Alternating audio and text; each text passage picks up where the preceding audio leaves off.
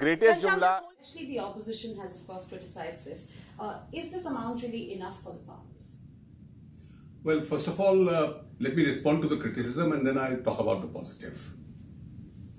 What did the UPA do within 10 years in power? A one-time loan waiver of 70,000 crores. Only 52,000 crores were waived.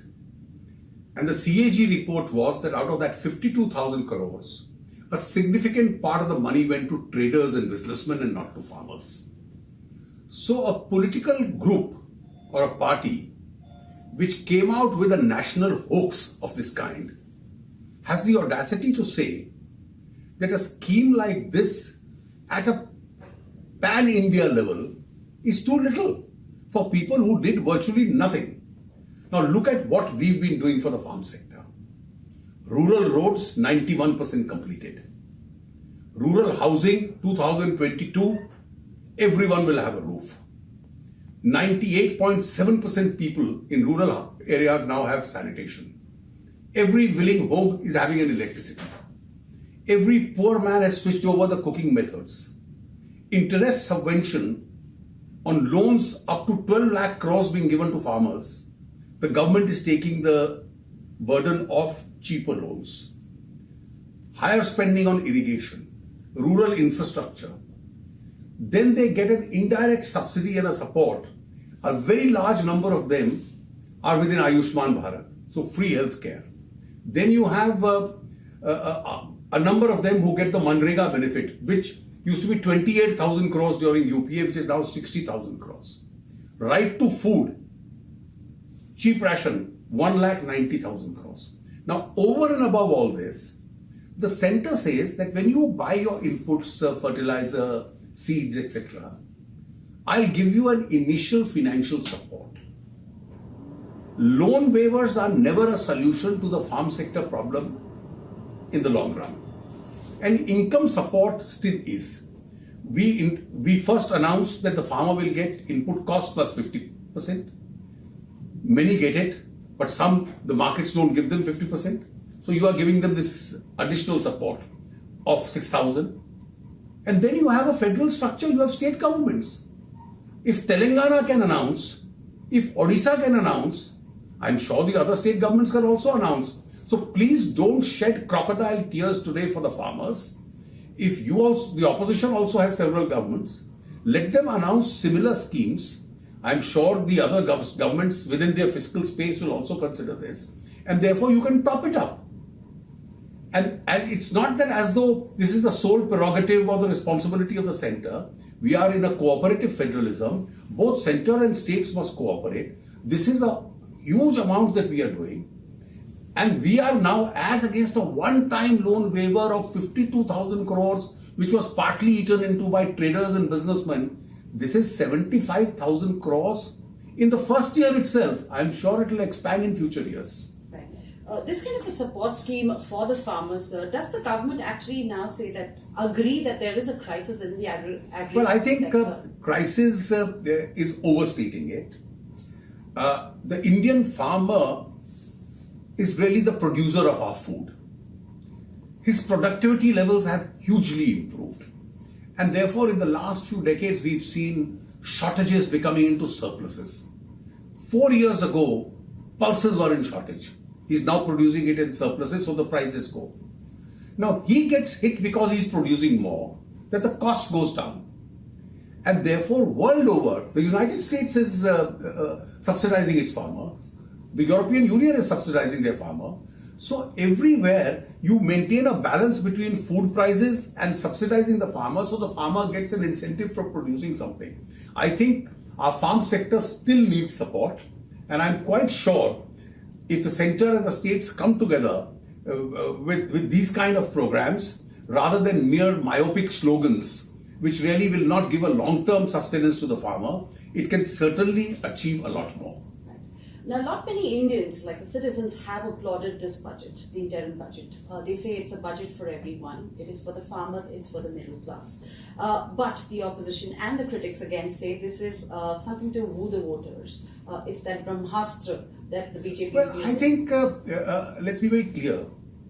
in the 2009 interim budget, Mr. Pranab Mukherjee, not even in the interim budget, but while replying to it, announced a stimulus package where he reduced excise duties 2% across the board. Well, the same argument was available then. In 2014, Mr. Chidambaram, on a number of products, including engineering products, automobiles, gave a duty rebate. The same argument can be taken now. Well, budgets are an essential part of any parliamentary democracy. So are elections. And if good policies of the government and the kind of fiscal space that we have created enables us to help the middle class, and mind you, India's middle class is being very vastly strengthened. I recently went through a study. In 2018, 2005, we had an 18% middle class.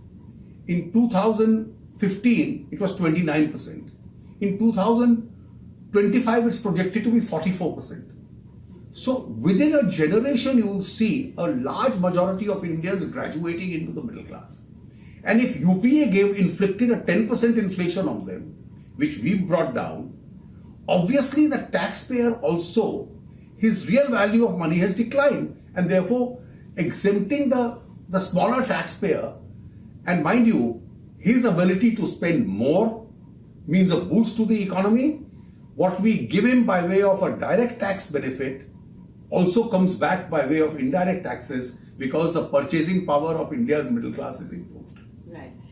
With such big ticket announcements, there must be a sizable impact on the income of the government.